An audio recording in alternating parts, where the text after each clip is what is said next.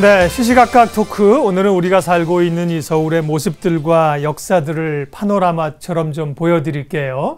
서울은 조선이 개국하면서 수도로 정한 이후 600년이 넘도록 그 지위를 이어오고 있는 독특한 곳입니다. 그만큼 많은 사건들이 얽혀 있고 많은 또 유적들이 있는 그런 곳이죠. 관련해서 서울의 역사와 문화를 조명한 권기봉의 도시산책 저자이신 권기봉 작가 오늘 모셨습니다. 어서 오십시오. 네, 안녕하세요. 서울에 살고 있지만 사실 뭐 서울의 이야기를 이렇게 묶어낸다는 게 아무나 할 수 있는 건 아닌데요. 서울을 주제로 책을 쓰시게 된 계기가 궁금합니다. 예, 말씀하신 것처럼 서울은 조선시대 이래 쭉 수도로 기능해 왔지만 또 더 앞서 보면 한성 백제 때부터 수도의 기능을 해왔는데요. 네. 그런 서울을 조금 더 유심히 들여다보면 우리 한국의 역사가 읽혀집니다. 또 그중에서도 지금의 우리의 모습을 결정지은 정말 중요한 역사 시기였던 근현대 시기의 것들이 많이 남아있는데요. 그런 것들이 조금 더 사라지기 전에 좀 많은 분들과 이야기 나누고 싶은 생각에 네. 책을 쓰게 됐습니다. 그러면 권 작가님은 어렸을 때부터 서울에서 쭉 자라셨습니까? 제 고향은 원래 충북에 있는 그 월악산 국립공원입니다. 아, 그러세요? 예. 예. 저는 서울에서 태어나서 자랐는데, 예, 이런 생각을 못 했는데, 부럽기도 하고, 대단하십니다. 예, 그래요. 책 얘기를 좀 해볼까요? 예. 권기봉의 도시산책, 서울의 일상, 그리고 역사를 걷다. 이렇게 책을 쓰셔서 책 표지는 굉장히 소박하게 만드셨는데, 안에 보면 이제 다양한 서울의 모습들이 그 사진들과 함께 담겨져 있어요. 여기 보니까 거의 100가지에 가까운 95가지의 모습들이 사진과 함께 이제 남겨져 있는데요. 첫 번째 첫 장이 예술과 권력 그리고 서울의 이야기를 담으셨네요. 네, 어떤 주제들을 묶으신 거예요? 그 중에서 우리가 예술이라고 하면 보통은 이 지고지순한 어떤 그런 절대적인 어떤 미의 기준으로 보기를 하는데요. 사실은 예술이야말로 정치 권력이나 이런 것들과 밀접한 관련이 있습니다. 한 예를 들자면 경복궁에 가보시면 불교 유물이 하나 놓여져 있거든요. 대표적인 게 법천사 지광국사 현묘탑이라고 하는 부도탑입니다. 탑이 이제 석가모니의 진신살이나 불경을 모신 곳이라면 이제 부도는 고승의 살을 모아놓은 그런 곳인데 왜 억불숭유 정책을 펼쳤던 조선의 궁궐 안에 있을까?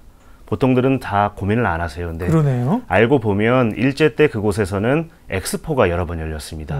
그 당시에는 이제 공진회 혹은 박람회라고 칭했는데 그런 행사를 열 때 전시물로 가져다가 썼던 겁니다. 그런데 나중에 지금까지도 이제 다시 원 위치로 옮겨놓지 못한 이유가 그것이 일본으로 밀반출됐다가 들어왔었고 또 한국 전쟁 때는 폭격으로 산산조각이 났던 거를 붙여놓은 거예요. 그래서 이동 과정에 이제 훼손될 수 있기 때문에 남아 있는데요. 그런 어떤 예술품 혹은 문화재들이 사실은 서울 곳곳에 그냥 방치된 채로 어떻게 보면 많이 남아 있습니다. 저도 지나가면서 본 것 같아요, 경복궁에. 근데 그런 생각은 안 했거든요. 이제 과거의 역사니까 다 하나의 그림으로 봤는데 그 당시에는 어찌 보면 이제 어울리지 않는 것들인데 역사가 지나면서 이렇게 켜켜이 쌓여 있는 것들입니다. 예. 또 많지만 그 가운데 몇 개 좀 예를 들어주실 만한 게 또 뭐가 있을까요?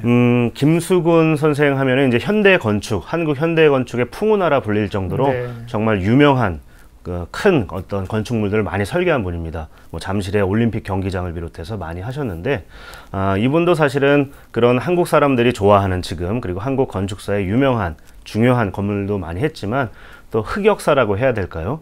좀 부정적인 모습들도 많이 남아있는 분이긴 한데 그런 어떤 긍정과 부정의 역사도 같이 돌아볼 필요가 있어서 이번 책에선 그 작품 중에 하나인 남영동의 대공분실도 다뤘습니다. 이곳은 우리 7, 80년대 특히 이제 80년대 때 어떤 그 뭐 간첩을 잡는다 혹은 어떤 민주화 어떤 그런 관련해서 이제 많이들 이 탄압하는 과정에서 역할을 했던 곳인데요. 박종철 씨 고문 사건이 있었던 곳이죠. 그 현장이죠.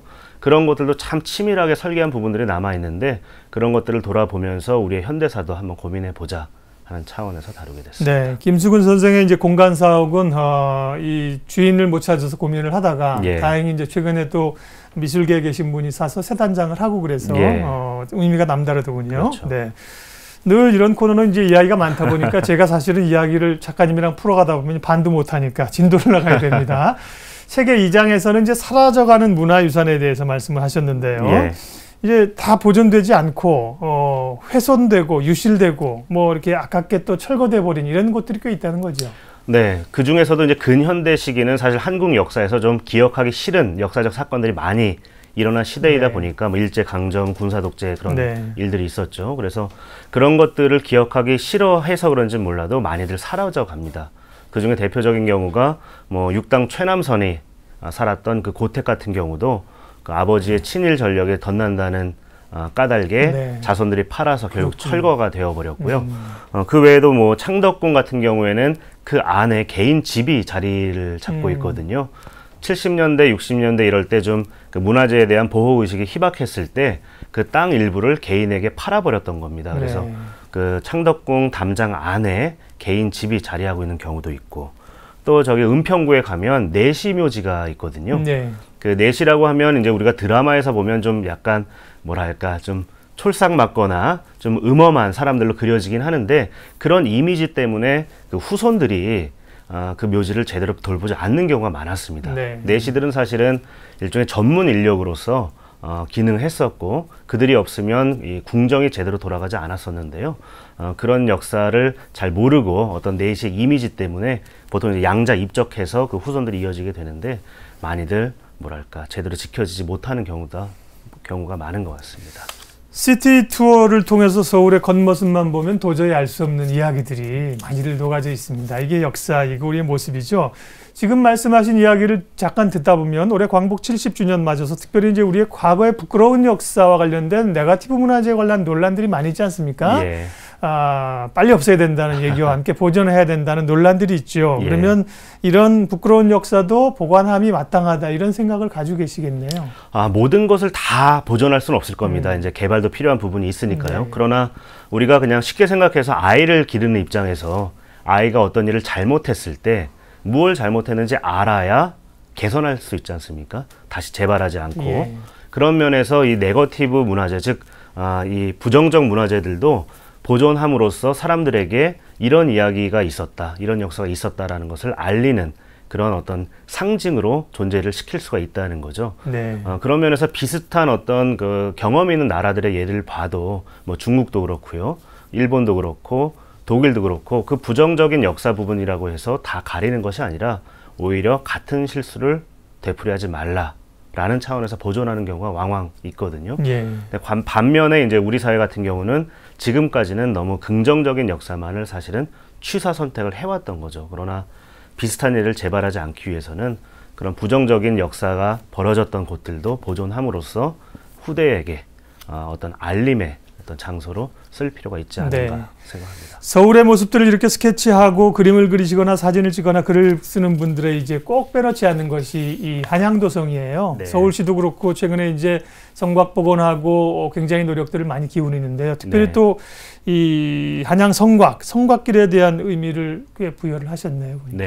이 한양도성은 말 그대로 지금의 서울의 모습 이전에 조선시대 때의 어떤 이 수도를 방어하는 시설물이었지만 사실 이 군사적 용도로만 이용됐던 것이 아니라 이 서울 사람들, 그리고 조선 사람들, 나아가 지금의 서울의 사람들의 어떤 삶을 규정하는 어떤 그 역할을 많이 해왔었거든요.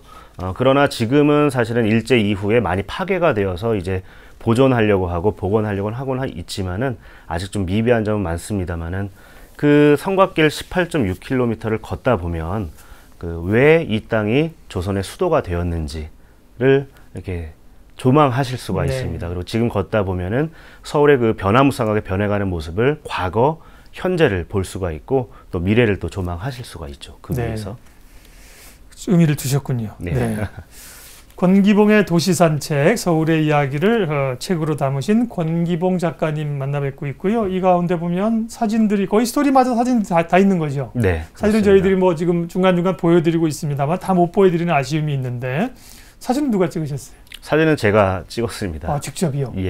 그러면 이곳을 다 다니시고, 물론 이제 평상시에 관심도 있으시겠지만, 또 공부도 하시고, 또 이것을 다니면서 사진도 찍으시고, 이러려면 뭐 시간이 굉장히 많이 걸렸을 것 같은데, 책 만드시는데?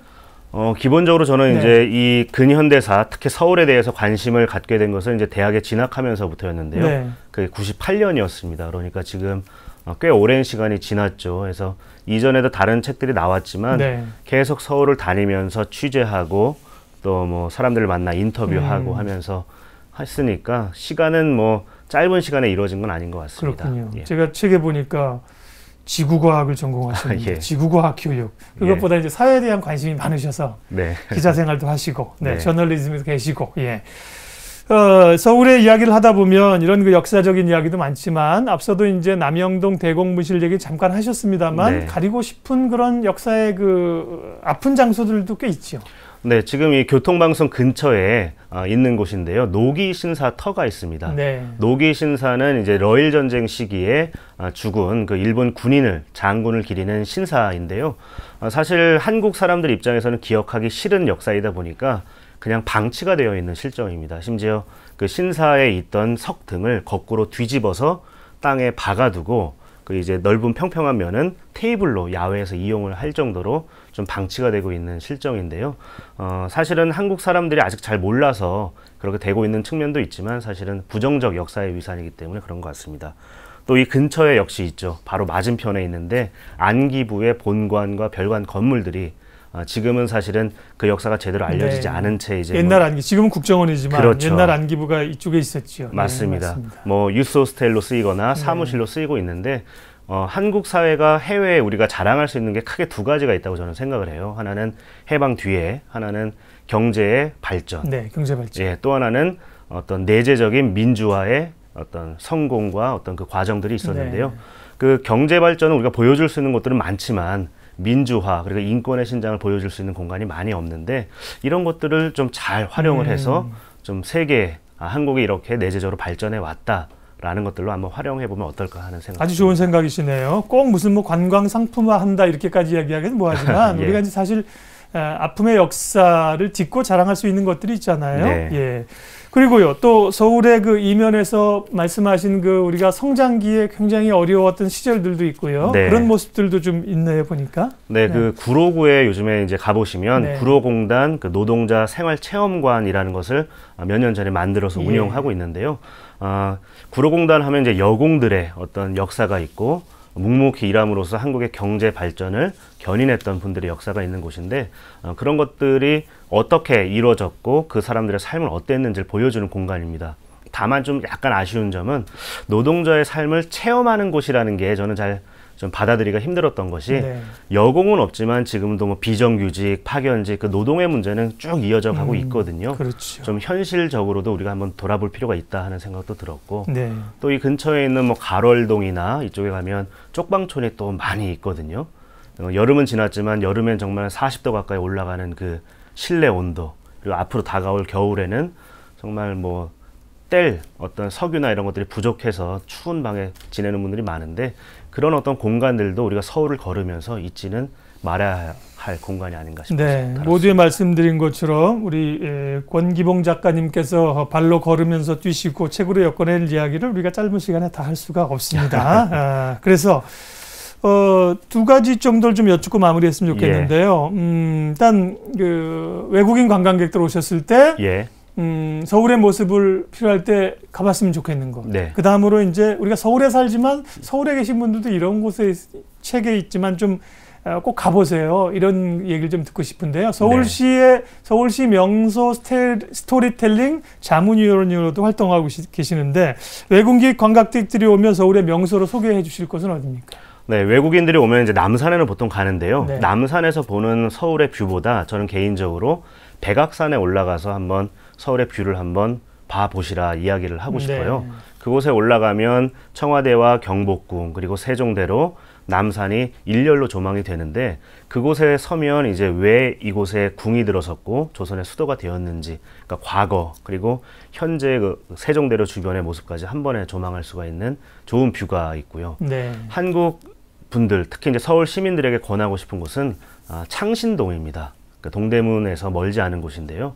이곳은 지금 가면 정말 그 미싱하는 소리가 시끌시끌하게 들려오는 곳입니다. 지금도요? 예. 네. 동대문의 의류시장에 납품하는 옷들을 대부분 그렇죠. 창신동에서 만드는데 네. 그곳은 사실은 60, 70년대의 경제발전, 우리의 의류 산업의 모태가 됐던 곳이고 지금도 역시나 디자인 산업의 모태가 되는 곳들인데 이곳에 가셔서 한국의 가까운 역사를 한번 보실 수도 있고 또 지금도 많이 남아있는 그 골목들을 걸으면서 다 개발돼서 볼 수 없는 이 골목의 모습들도 같이 보실 수가 있을 겁니다. 네. 서울에 관한 작업을 책으로 엮어내셨는데 서울에 관한 스토리들을 또 다른 방식으로 풀어가실 계획들도 있으신가요? 저는 사실은 서울의 이제 강남에 대해서는 아직 많이 다뤄지지가 않았습니다. 네. 강남은 뭐 역사가 뭐 있느냐 하는 분들이 많은데 실제로 강남의 개발사를 보면 우리의 더 가까운 역사죠. 이제 산업화 그렇죠. 이후의 시대를 볼 수 있기 때문에 강남을 한번 다뤄보고 싶은 생각이 있습니다. 권기봉의 강남 스타일이 곧 나올 수도 있겠습니다. 예. 우리가 이제 이렇게 돌아보는 것은 지금 우리가 살고 있었지만 우리의 선조들이 살았고 우리의 또 후손들이 살 곳 아닙니까? 네. 그래서 많은 것들을 생각하면서 조심스럽게 살아야 되기도 합니다. 이 거대 도시 서울에 대한 함께 만들어가는 서울, 네, 어떤 의미들을 좀 부여할 수 있을까요? 마무리 얘기해 주십시오. 서울은 바쁜 삶의 현장이기도 하지만 우리 선조들이 살아왔던 공간이기도 하고 또 앞으로 우리의 후속 세대가 살아갈 공간이기도 하거든요. 지금까지는 급하게 이제 걸어오면서 우리가 많이 부수고 철거하고 새로 짓고 이런 경우가 많았는데 이제는 좀 우리 자신을 사랑해야 될 때가 아닌가 싶습니다. 우리 삶의 공간을 좀 돌아보면서 과연 우리 사회는 어떻게 가야 되는지 그리고 나는 어떻게 살아가야 되는지를 한번 생각해보는 그런 계기를 서울을 걸으면서 곳곳의 명소들을 걸으면서 한번 계기를 마련해 보시면 어떨까 싶습니다. 네, 오늘 시시각각 토크 권기봉의 도시 산책 저자이신 권기봉 작가 모시고 서울의 600년의 역사를 한번 쭉 사진과 함께 훑어봤습니다. 좋은 자료 보여주시고 시간 내주셔서 고맙습니다. 네, 고맙습니다.